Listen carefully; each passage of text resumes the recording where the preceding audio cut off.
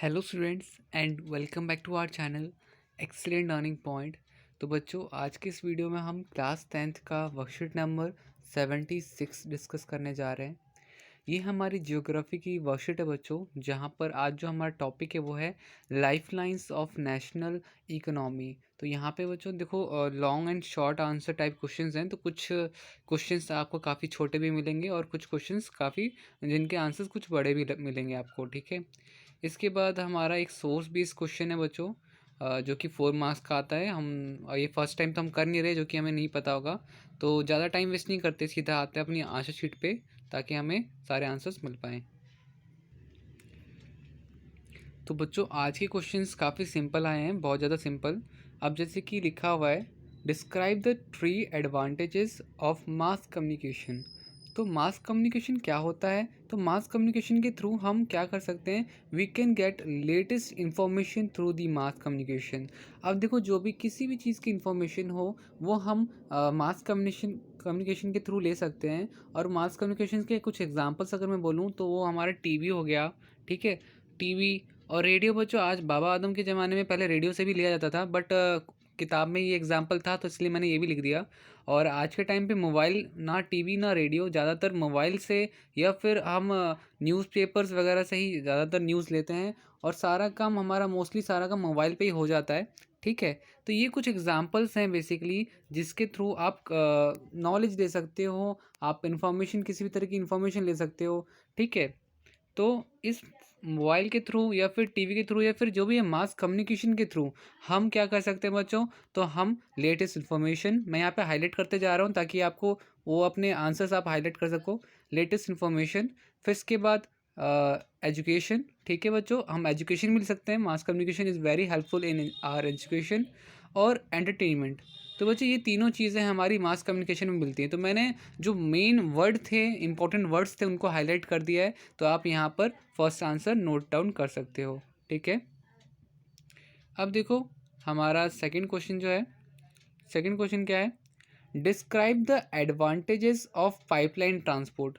Pipeline transport के बच्चों advantage, तो सबसे पहला चीपेस्ट, ठीक है, सबसे पहला चीपेस्ट, कॉस्ट आर लो, ठीक है।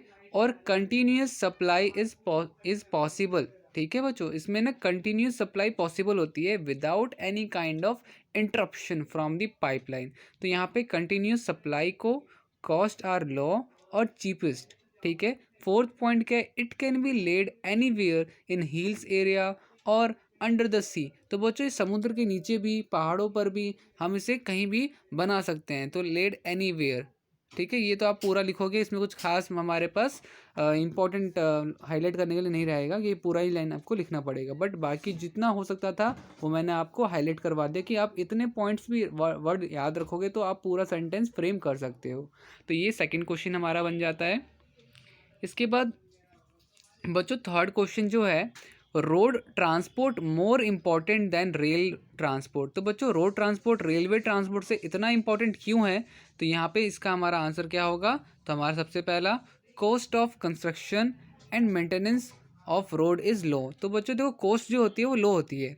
अगर हम बात करें रेलवे बनाने की और सड़क बनाने की, तो रेलवे बनाने में बहुत ज़्यादा खर्चा लगता है, सड़क बनाने में उतना खर्चा नहीं लगता, अगर हम दोनों को कंपैरिजन करें तो। Second, road constructions.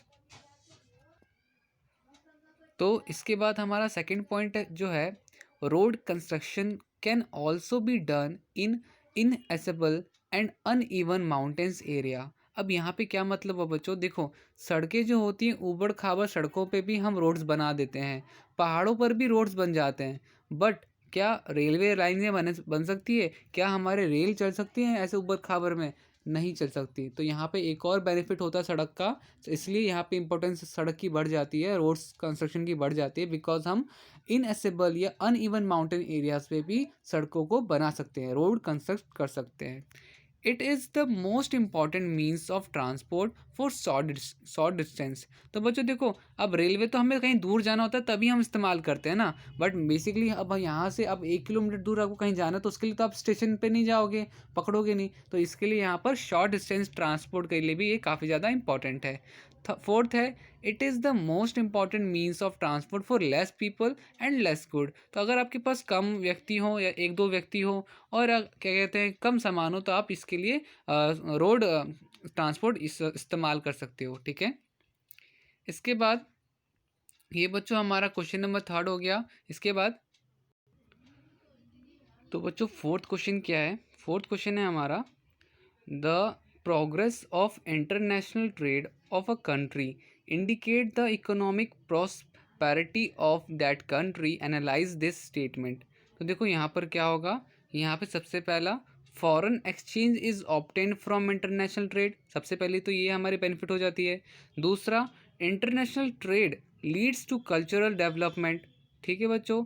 तीसरा point, this leads to adjustment of excess production. और fourth, it help in managing the resources properly and it expand the market.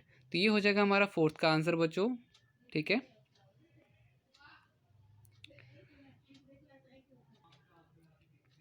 अब यहाँ पर फोर्थ क्वेश्चन के बाद फिफ्थ क्वेश्चन है हमारा। Question number fifth, how is tourism helpful in development of economy as a trade और a industry. तो tourism क्यों हेल्पफुल बन गया डेवलपमेंट के लिए, किस तरह से, क्यों नहीं किस तरह से। तो यहाँ पर foreign exchange is obtain from tourism, it provide employment to millions of people, and third point, it lead to development of local areas. तो बच्चों टूरिज्म को बढ़ावा देने से हमारे जो लोकल एरियाज़ थे, अब जैसे कोई घूमने वाली जगह है, कोई पहाड़ी इलाका है, तो वहाँ पे जो गांव वाला जो पूरा एरिया होता है हम उसको और डेवलप कर देते हैं, ताकि बाहर के अंग्रेज लोग आएँ तो देखें तो उनको ये लगे कि हमारे गांव भी अच्छे हैं। तो गाँव कुछ कुछ इस तरह से हमारा ये इट लिखा हुआ है ना थर्ड पॉइंट कि it lead to development of local areas. तो टूरिज्म बढ़ने की वजह से लोकल एरियाज को भी डेवलपमेंट होने में हेल्प मिली है। It provide employment to millions of people. तो बच्चों देखो, अब जैसे आप कोई टूरिज्म जगह बना रहे हो, ठीक है, टूरिज्म को बढ़ाने के लिए आपको कुछ ऐसे प्लेसेस चाहिए होते हैं। अगर आप उन प्लेसेस को बना रहे हो और जो भी है क्या कहते हैं आप उसको डेवलप कर रहे हो, तभी जाके लोग आएंगे ना। और यहाँ से फिर बच्चों foreign exchange is obtain from the tourism.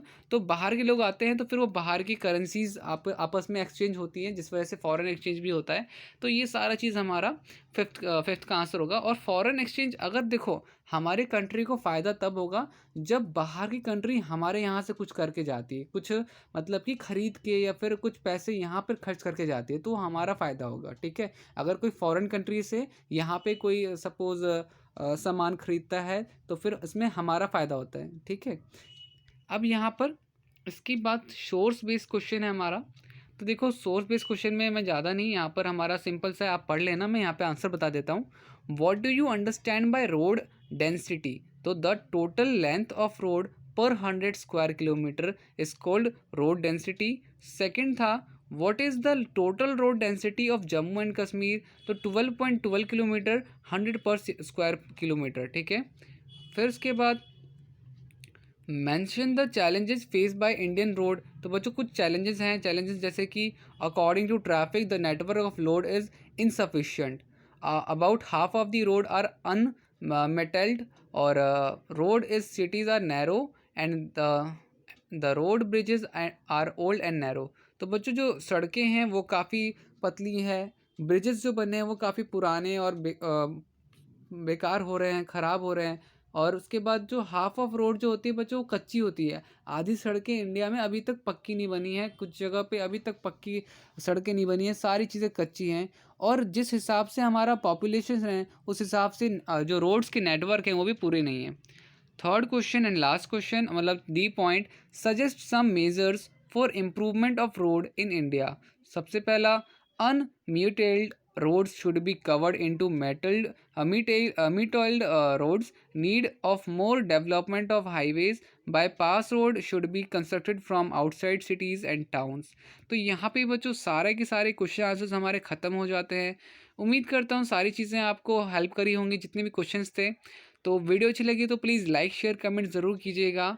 और जैसा की तरह हमेशा की तरह अगर आपने अभी तक चैनल को सब्सक्राइब नहीं किया तो प्लीज़ सब्सक्राइब करो, बेल आइकन प्रेस करो, बिकॉज़ वर्कशीट तो बच्चों आज की बात है। इसके बाद जब वर्कशीट खत्म होगी तो हम चैप्टर्स वगैरह इंपॉर्टेंट क्वेश्चंस भी डिस्कस करेंगे।